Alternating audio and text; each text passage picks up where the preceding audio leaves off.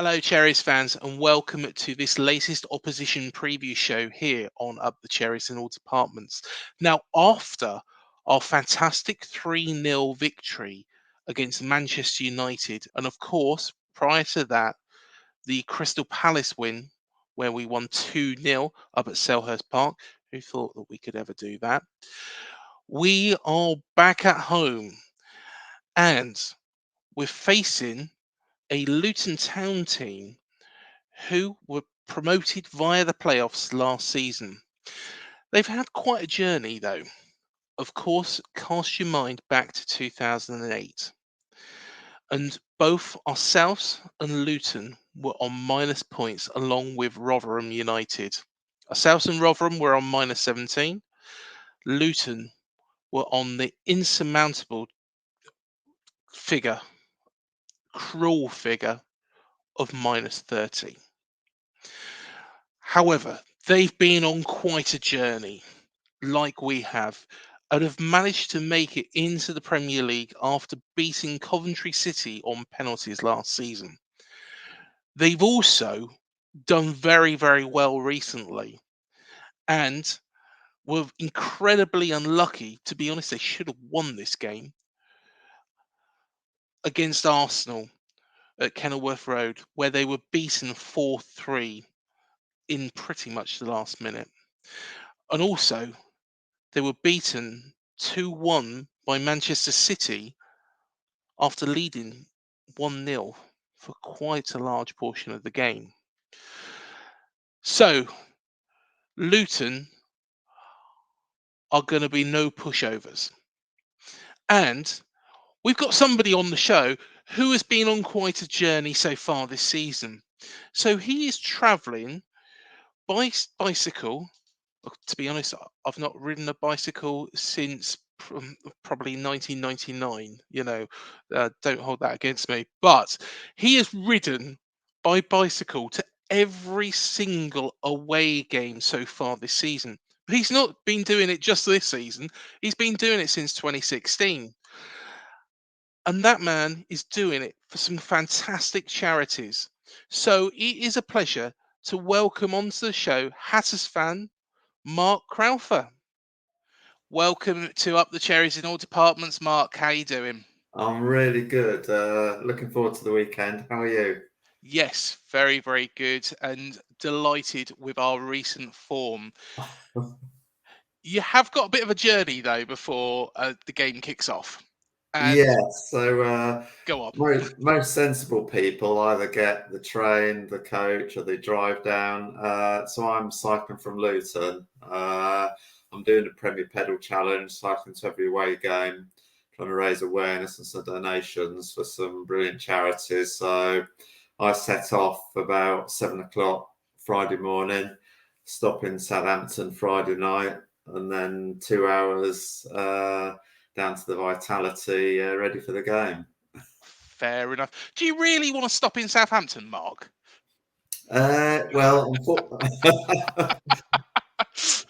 I didn't know whether to mention that. Just say I'm stopping somewhere because it's probably not a popular place to stop for you guys. But unfortunately, with the lack of daylight hours, I can't get to Bournemouth in one day. A lot of friends are sort of staying in Bournemouth Friday night, and I'm missing out on some like lots of socialising and quite a bit of drinking. So I'm missing out on that to get there. I think you probably do need a drink after that journey. But do tell us about the charities that you're doing this for. So basically, it's I've done a few challenges before. So I did this 21-22. I didn't learn my lesson. So really, it's sort of prostate cancer. Obviously, a lot of people know the story of Mick Harford, and really trying to raise awareness, like how serious prostate cancer is, and just trying to raise awareness. People get checked that are in that risk category. And also, I'm sort of trying to raise the awareness of some brilliant charities in Luton. One of them being Noah. So they look after the homeless and disadvantaged in Luton.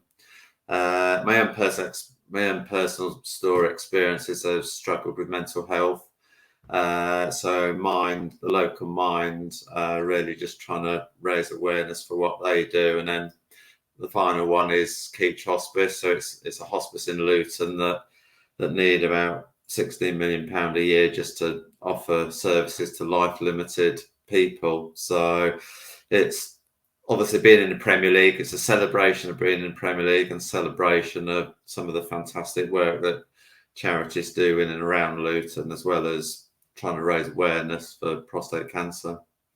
Most definitely. And I tell you what a great, thing that you are doing. Cycling to every single away game.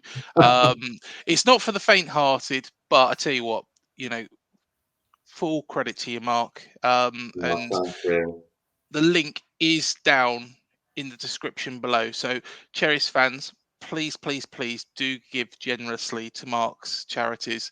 And we wish you the very, very best with that as well. Yeah, well, I did say I'm going to enjoy the ride this season, quite literally. So yeah, it's an interesting season already. Well, it's it's been a bit of a roller coaster for Luton so far in the Premier League. And I tell you what, there was a lot of people that wrote Luton off straight away. It's fair to say that, isn't it, Mark? Everybody said, "Oh, they're going down, finishing 20th." But I'm genuinely worried about this game. I've got to be honest. This is the game where I was more worried about this game than I was about playing Manchester United at the weekend. Wow, that's a massive compliment. Or does that prove how bad Manchester United are? I think, to be honest, there's probably a bit of both in there. That Manchester United have digressed a little bit and struggled. However, Luton, what a fight you put up against Arsenal. To be honest, really, Arsenal were incredibly lucky to walk away Yeah. with anything from Kenilworth Road, let alone 3 points. And then you pretty much did the same to Manchester City. It's just been an incredible season, and obviously there's lots of people that like you shouldn't be allowed in the Premier League with your ground, and you don't deserve to be here, and we deserve it. We obviously came up through the playoffs, and just what an amazing day. But just like the journey we've been on, obviously everyone knows about the journey from the non-league, and very similar to you guys. Yeah. I mean, I saw a stat that Bournemouth are only one of 8 teams that we've played in all 4 leagues after Saturday. Yes. So we've sort of been on a similar journey, but honestly, this season, and obviously, like we're learning as we go, and obviously 4-1 at Brighton, 3-0 against Chelsea. That's how the season started, but we're learning really quick, and we're competing with everyone. Every game, we're in the game. We're competing, and yeah, they're just like we just need to sort of. We deserve more points than we've got, but I think every team will say that. Oh yeah, we should have more points. But generally, I think we're super positive. The players we've signed and the way that the club is structured, and that we're not going to be irresponsible to stay up at all costs. Obviously, we had to redo the ground. And then I think our owner said we're the club that were building 2 grounds at the same time. Yeah, no, very, very true. And let's be honest, we've been in that position as well where, we was written off. I remember back in 2015 when we got promoted, everybody was like, they don't deserve to be here. That ground's only holding 11,000. We're still the place where it's the most difficult place to get, away tickets for. Um, Yeah, and but it's what makes football, isn't it? well, I think, I mean, I just think like what we have, you can't buy. Yes, you can do what Chelsea do and blow £1 billion. But I think for what us and what you've done, it gives hope to the rest of the pyramid. I think it just shows the whole pyramid of the Football League in its best light, that teams can do what we've done, and And it's like the old school, like if you're structured properly, have a good coaching system, you can develop players, and the clubs run properly. And every club's had its time of like bad owners, and we have too. And we're so fortunate in Gary Sweet and the board that they've got the interests of the club at heart. And a bit like yourselves, it's not just about the club. It's about the club being integral in the community and like just being a massive part of the community, and that everyone, basically how the club's growing. And I mean, just the buzz around Luton since we got promoted has just been incredible. And I sort of feel like the journeys we've both been on are sort of quite similar. Well, I was rooting for you guys, and I have been, for a number of years really, to get into the Premier League, because Nathan Jones got you so close on a number of Yeah, occasions, got you into the playoffs. Because I remember us being on that journey, that -17 season, and let's be honest, Luton were on -30. That yeah. was always insurmountable, wasn't it? It was cruel. Yeah, I mean, it's interesting when you look at clubs now, like the Evertons, and like just look at the noise around Everton and the biggest injustice ever, apparently. And Yeah. like we didn't have the option to appeal. We like they wanted to make an example of us, and they kicked us and then kicked us down even more. And what they've done to us, I mean, it was just like what we went through, and going to like the Alfretons and the Dartfords and like all like the Solihull's, going to those grounds. Mm. I wouldn't wish it on like to go through that, but it's part of our history. And people say, oh yeah, we like to copy what Luton have done going through the leagues, but you can't, unless you've been through what we've been through, you can't replicate what we've done, basically. And the same for you. I think it just like it grows, it brings everyone together, the community, and like just been on this journey. And we haven't done it with rich owners. We've literally structured the club properly, and we've gone through the leagues. And it's just like so grateful we've got owners that care about the club, care about the community, and they will never make a decision that's basically like that's going to jeopardise the club, basically, which is not many clubs can say that in these days. I guess now it is. We know the outcome for both clubs. We've both got to the Premier League. It's that sense of, we're proud of it, aren't we? But back Yeah, then, I've got to be honest, -17, I thought, if this club, AFC Bournemouth, go in to the National League, we're done for, because right. we had bailiffs turning up at the ground all the time. And it's not a nice place to be in that situation. But the story is one that you can tell to your kids, your grandkids, and so on and so forth, isn't it? Yeah, it's just like I said, like you'd never choose that. I mean, I think we were no different. We thought, oh, we're only going down to National League for 1 year. We'll come up, and we were everyone's cup final. All of a sudden, Mm. teams were playing in front of 7,000, and I'll admit I was the same. I just thought, oh, we'll go down for a year. We'll win. We'll storm the league. We'll come back. Took us 5 years to get out. Even took Wrexham 14 years before they got the owners that we know they've got. But 5 years, and like the heartache of losing playoff finals and just going to these places, and when the whole jeopardy of your club's existence Yeah. is like under threat, and what the clubs mean is so much. I mean, so last summer I cycled to every ground in the country, like all 5 leagues. Yeah. And you go around the grounds, and you go into these clubs that are really ingrained in the community, and you just meet them, and they're so like obviously they know what I'm doing, and they're so supportive. And then you go to the big clubs, and you're just like an inconvenience and like a nuisance. But you just realise when you, and like I said, I visited every like 116 clubs from non-league up to the Premier League, and you just see what the club means to the community, and you just got really good, decent people that are working at these clubs and that are just so passionate about the clubs and their existence and what it means to the community. Well, that is the great thing about, AFC Bournemouth. It's the great thing about Luton is that we've never lost our roots. But, one thing that I do want to bring with you, Mark, is, of course, Luton are looking at moving to the Power Court Stadium. That is, I believe it's ongoing, isn't it? Is that started as yet, or?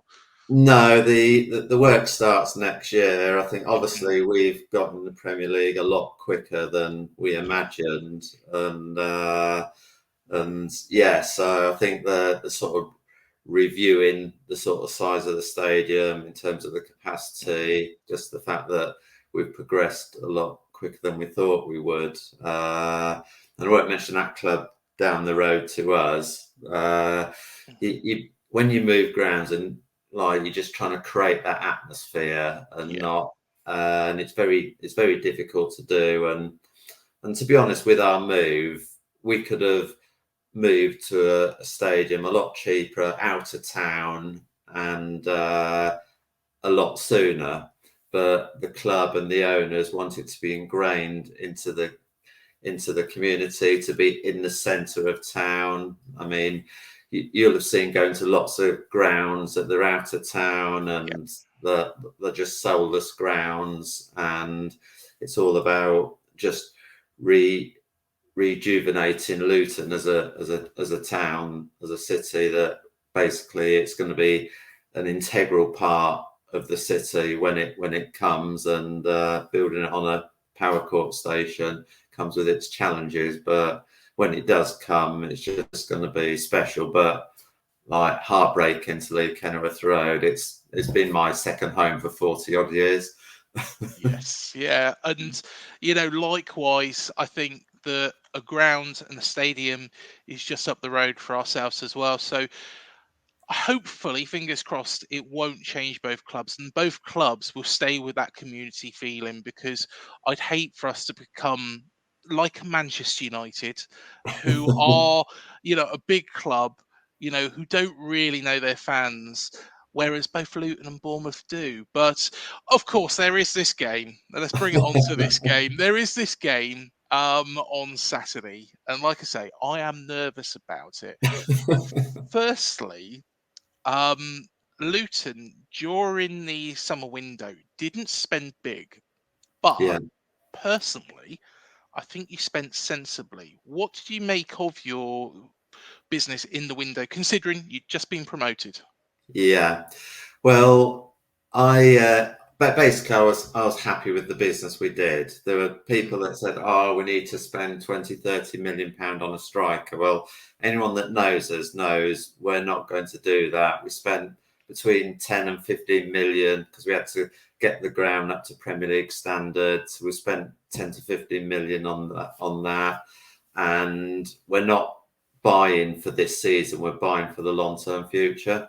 Yeah, So whatever happens this season, we've signed players that, and I always say we sign good characters as much as good players. And like, I mean, for me, I sort of speak to quite a few of the players, and they're just all humble, decent people. yeah, And that's because we sign good characters. And anyone that comes in that thinks they're better, they don't last very long. And we don't sign those players, to be honest, because it's all about the character. So, I mean, the signings we've made are just, yeah, they're not going to be.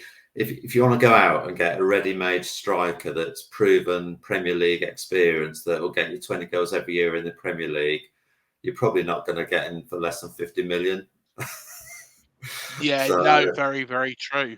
and obviously look at players, how you develop the players. I mean, players that we're just so excited about. I mean, one that maybe a lot of people haven't heard a lot about, but Benny. So we got him on a free transfer from Rotherham, and wow, he's just like pace and power to burn, and teams are like working out. We've got to double up on them.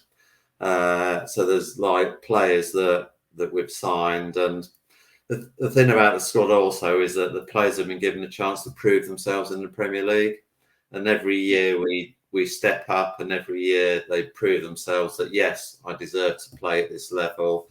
And people like Tom Lockyer, what an inspirational captain. And I could go through the team in terms of people that have just they've been told, "Oh, you're not a Championship player, and then you're not a Premier League player," and they're just ripping it up. I mean, the other one, like obviously Ross Barkley. Wow, I mean, Yes. just I mean, I'll have to admit, I wasn't sure about that sign. Thinking, oh, is he like a Luton type player? But they all buy into what we're trying to achieve. They're all buying into like the process and how we're trying to develop. And like I said, we don't have superstars, but seeing what Ross Barkley was doing against Man City and Arsenal, just what an absolute class player, and is making us tick. And I keep going on, but Marvis Yep. Makamba, we got him on loan from Villa last year, and just another great player. So yeah, we've spent wisely, and I just think like our transfer window was brilliant for what we're trying to achieve and the long-term plan. And we're not just buying to like we're not survival bust in the Premier League, because we're not that type of club. Well, let's just quickly talk about the captain, Tom Lockyer, because of course during, and sorry to mention it, during that playoff final, he was stretched off at worrying scenes at Yeah, that time. But he's bounced back, and he's really been a captain that is leading with that passion, that determination, and he seems to be the center of absolutely everything.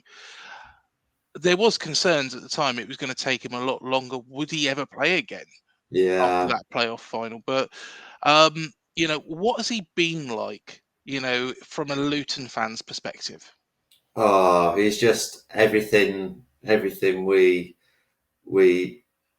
like and admire in a player and a captain of your club. He just puts everything on the line.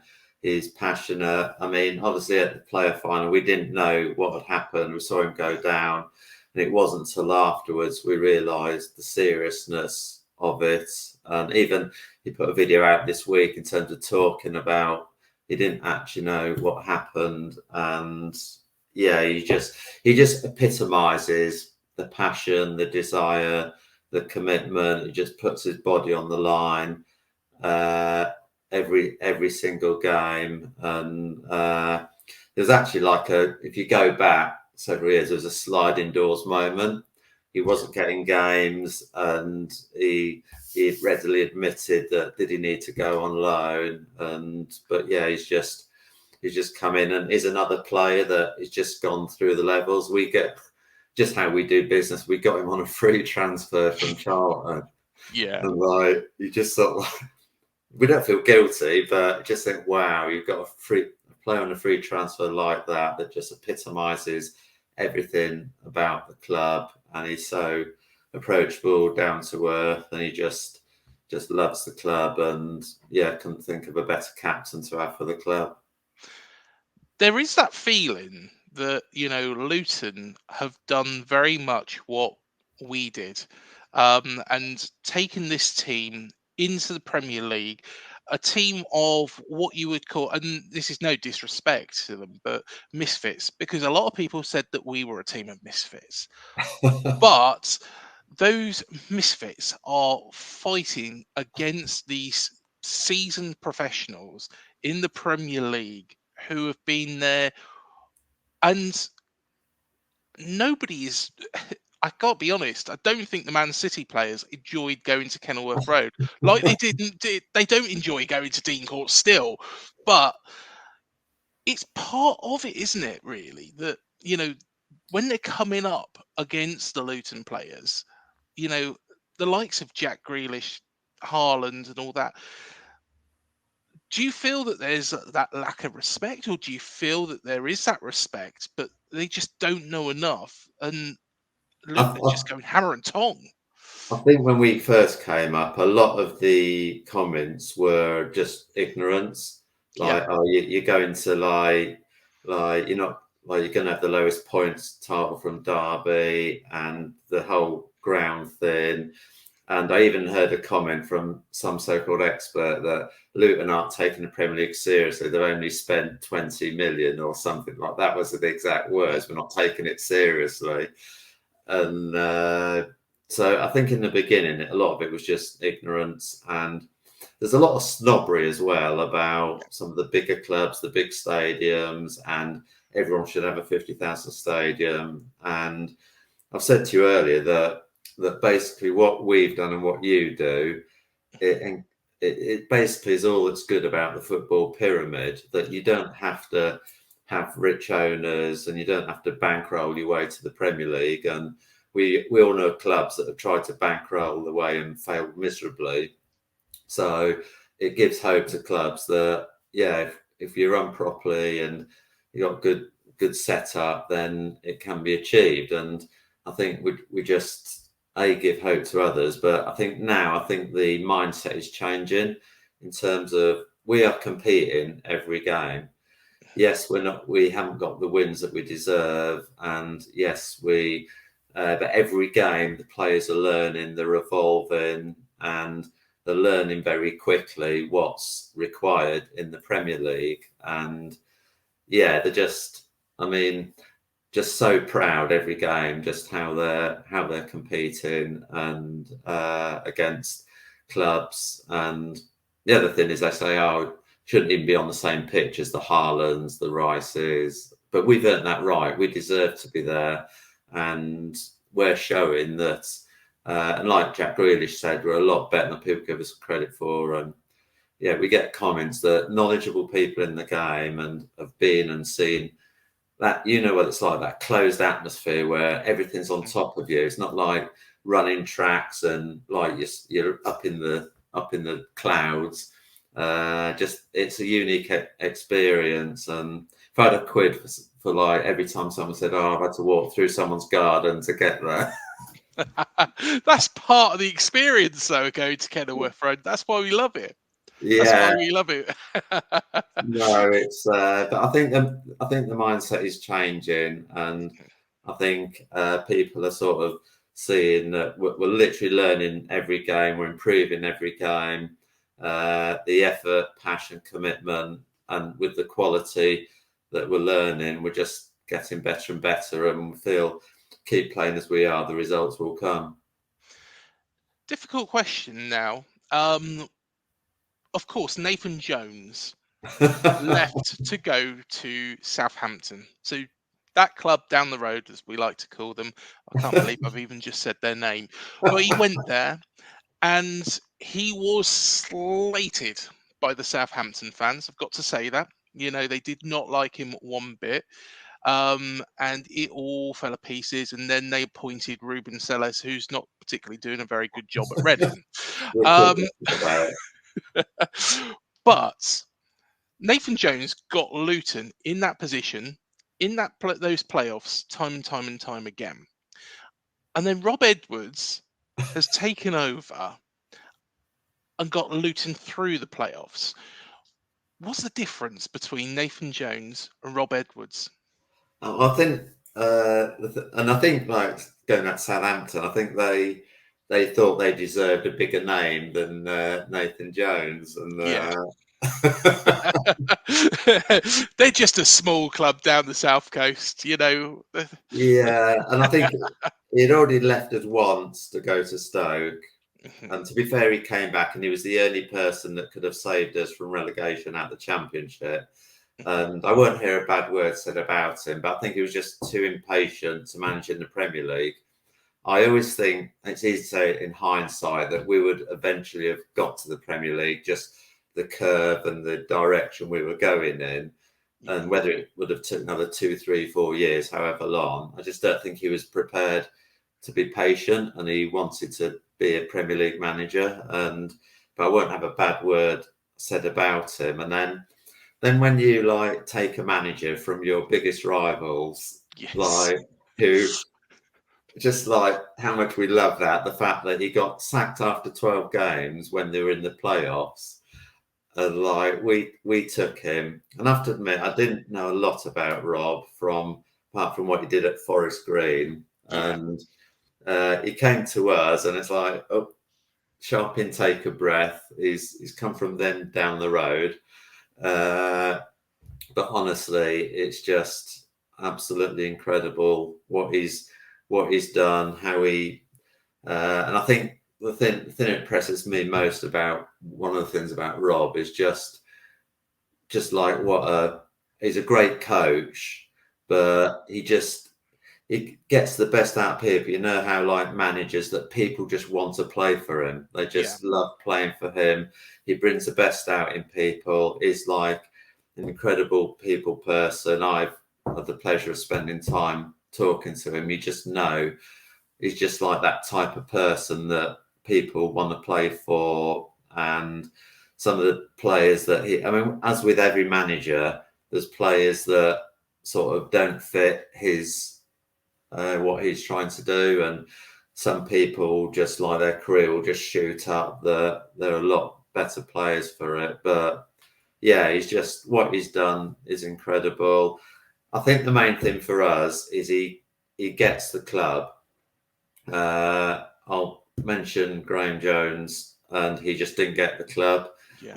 And he gets the club, he gets the people, and he's not just come in as like, it sounds stupid, but not just as a football manager, but he gets everything about the club, the people, what we're trying to build, and yeah, it's just been an incredible journey, and long may it continue. Are you worried if Luton do stay up in the Premier League this season? Which would be a remarkable achievement, and fingers crossed for you. I think it would be an amazing story that we both stay up in the Premier League.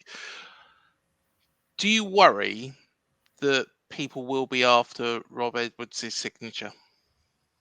Yes, and in one hand, you sort of see it as a compliment. That it's a bit like when your best players get touted and your best managers get touted, and I think he's great. He's ingrained into the club. He got it very quickly. He's ingrained into his the way that he's endeared by the fans and his relationship with everyone in the club. I mean, every time I speak to him, I just think I can't be any more impressed when I speak to him. And then each time I just get even more impressed. And I suppose a number of times in terms of what I'm doing, the charity work, is just generally interested in people. And he just wants to make players a better player. And by making them better players, it obviously like shoots the club up. So yes, I've no doubt that there'll be interest in Rob, but I'm not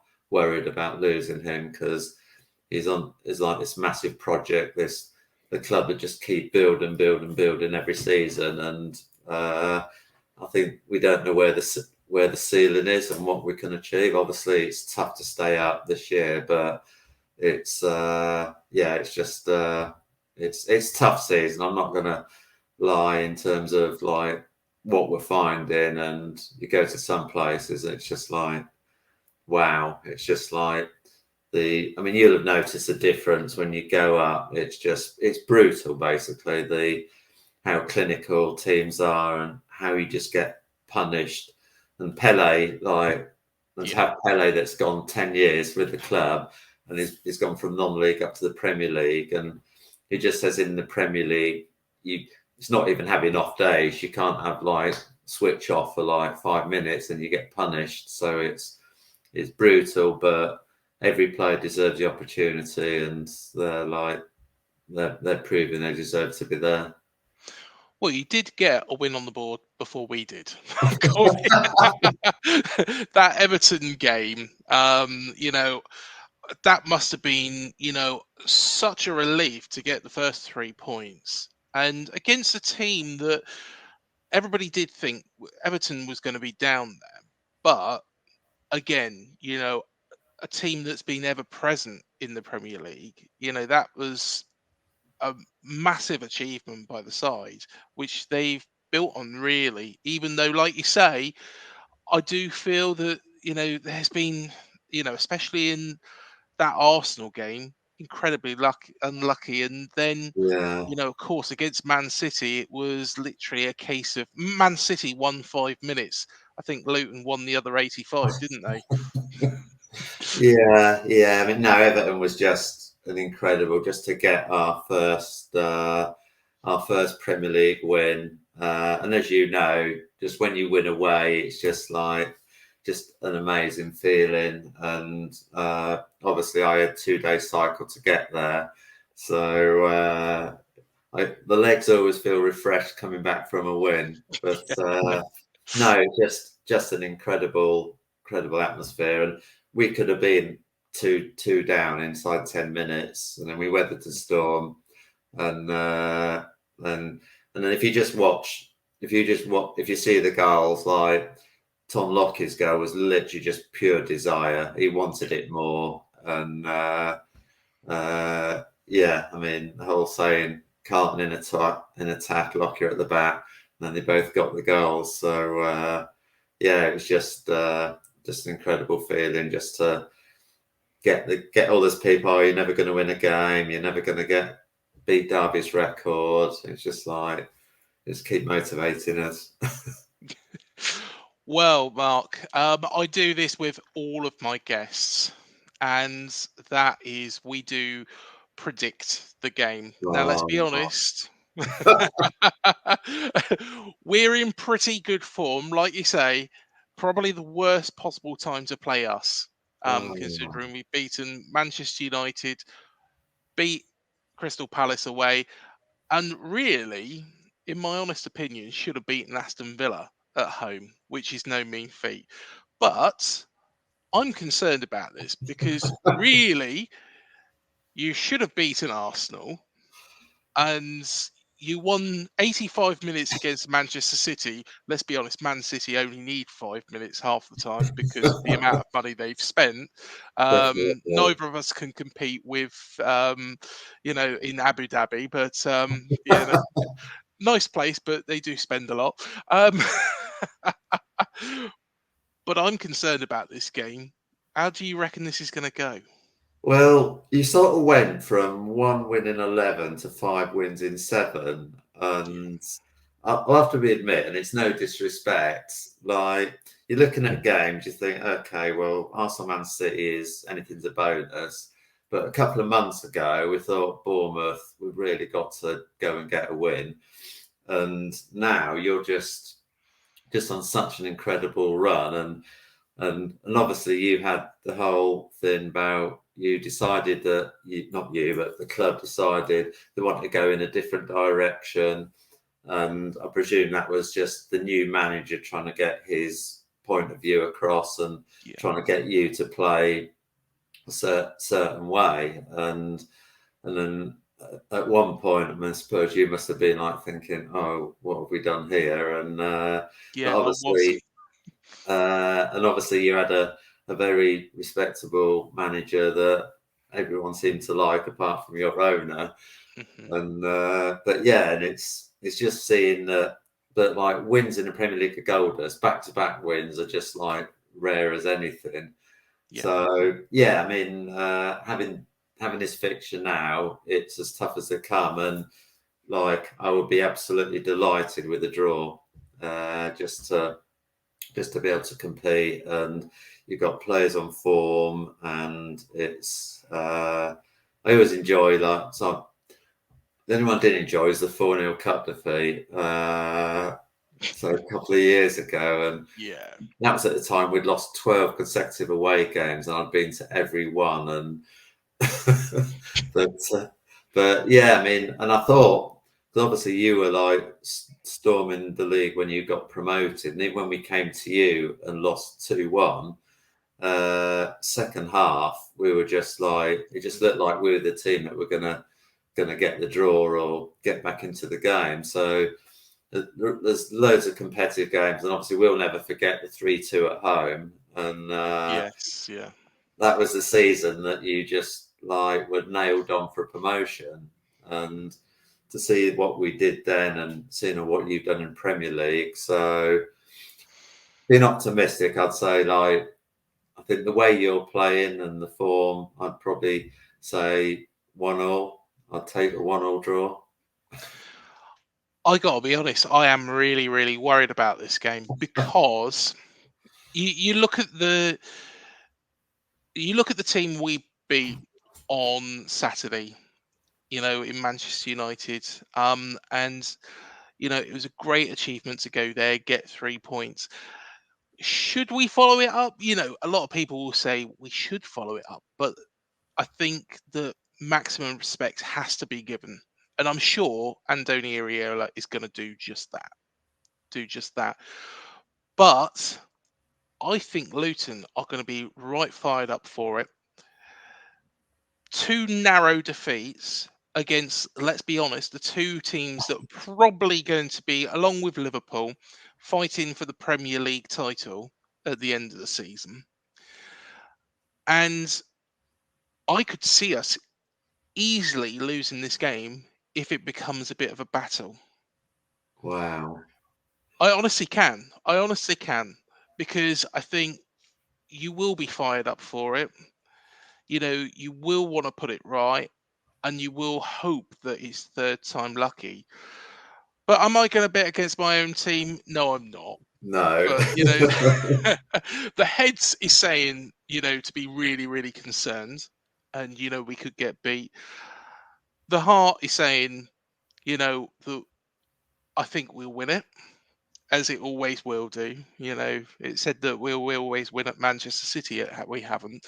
But I'm going to go in the middle as well. And I think a 1-1, I think, sounds like a result that I think will happen. I think it will happen. Yeah. I wouldn't be surprised as well. So if you don't mind, Mark, I am going to copy you this week in your prediction, but mainly because the heart and the head says 2 different things completely.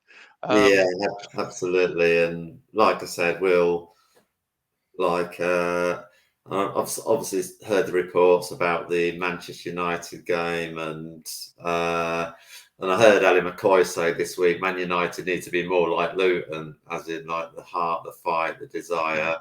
But with all of that, we have quality as well, and obviously it depends on the team we put out. The bonus for you is that Marvelous Nakamba got booked against Man City, so he's not playing. And he's just like the glue that basically breaks it up, like a defensive midfielder, and he protects the defence, and he's an outlet. So he's going to be a big miss. But like whoever we bring in, then it's just I know that we're going to give it a good go, and I think we just got to turn, from our points of view, just got to turn the great performances into points so that we don't get cut adrift. It's concerning that Everton are playing like a top 10 side. You're playing like a top 10 side. Yeah. And we're looking at teams that are going to like get sucked into it. I know we're not even at Christmas. We're like miles.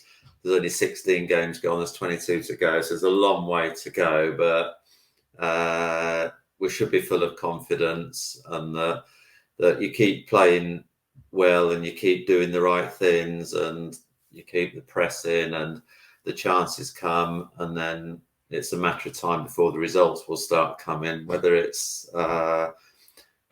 this week. I mean, next 2 home games in Newcastle, Chelsea, and then Boxing Day's Sheffield United away. So like every game's massive, but yeah, I'm feeling optimistic that the results will come soon. It's like when when we was promoted, and going back in time, of course, promoted back to League One, after -17, and thinking, finally, we're out of that. I know that Luton were in the National League, unfortunately, at that time, but I was looking at the fixture list and was going, hard game, hard game, hard game, hard game. Let's be honest, didn't see anything until we got into the Premier League. And every game is going to be difficult. But with that fight, with that determination, I think personally, out of the 3 promoted teams, and I said it at the start of the season, I'm still saying it now, Luton are the most likely to survive. Yeah, I feel that. I mean, everyone loves Burnley because of Vincent Company, don't they? It's like there's a loving for Burnley because of Vincent Company, but they won't entertain the fact. And if you think how much they spent, and I mean, it's just how bonkers the transfer market is. You pay 18 million for a keeper that's made 1 league appearance. Yeah. Say no more. Say no more.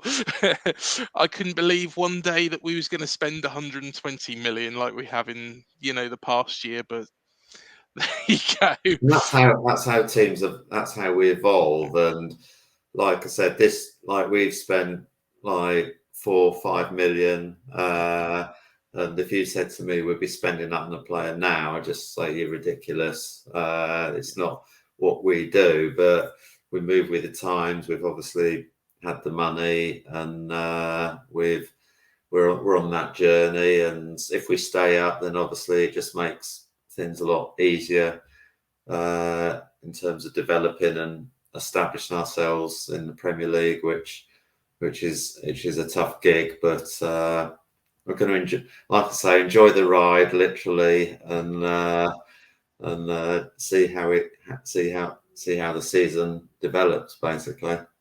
Definitely.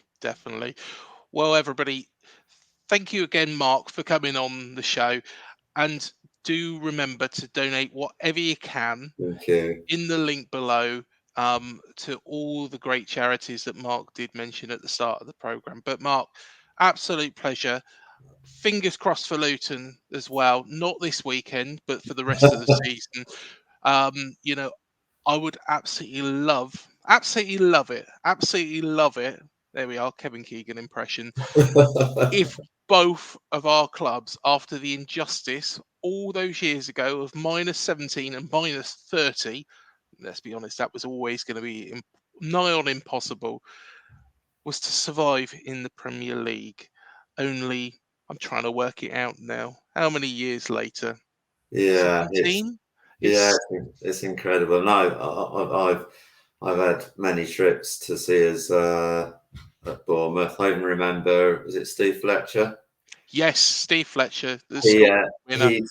I remember a game he scored an injury time goal, and like I don't know what year it was, but that was my first visit to Bournemouth. Just proves how long ago it was. The fact that we're talking about Steve Fletcher.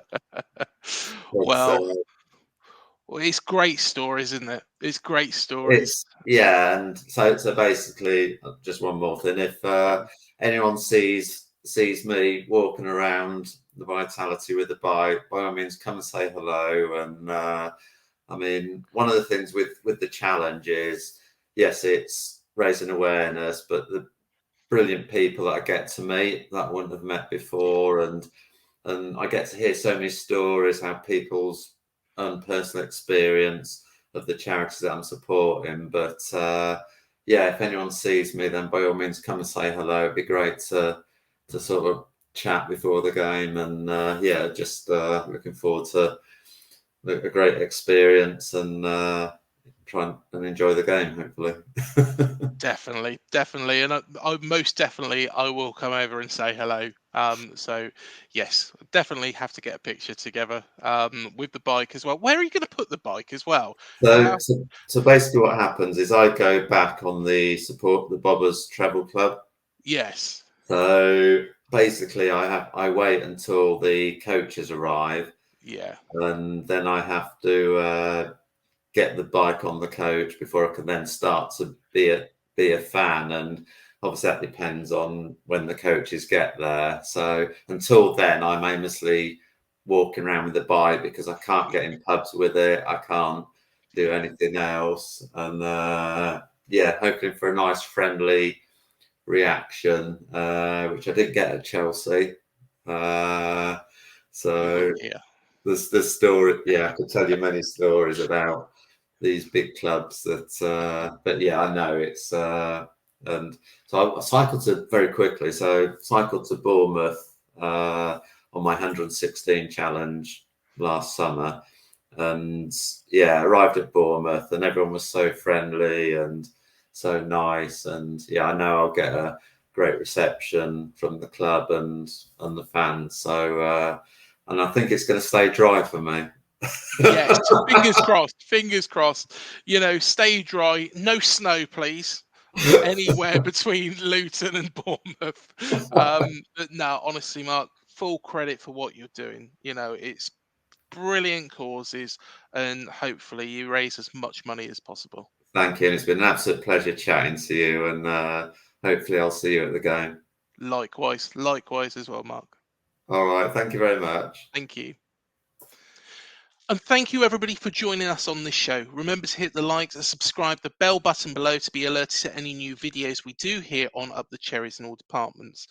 Please, please, please do give generously to the charities, and Mark's Just Giving page is in the description box below. So please, please, please do give generously. Do check out all of our previous interviews as well and shows. There's lots and lots and lots on here as well. And we'll also be bringing back a blast from the past as well, when I spoke to Nick Owen back in the championship years, and that will be coming out on Friday. So don't miss that. It's a blast from the past, our preview with Nick Owen back from the championship day. So, take a watch of that. But until the next show, up the cherries, and thank you for joining us. We'll see you in the next one.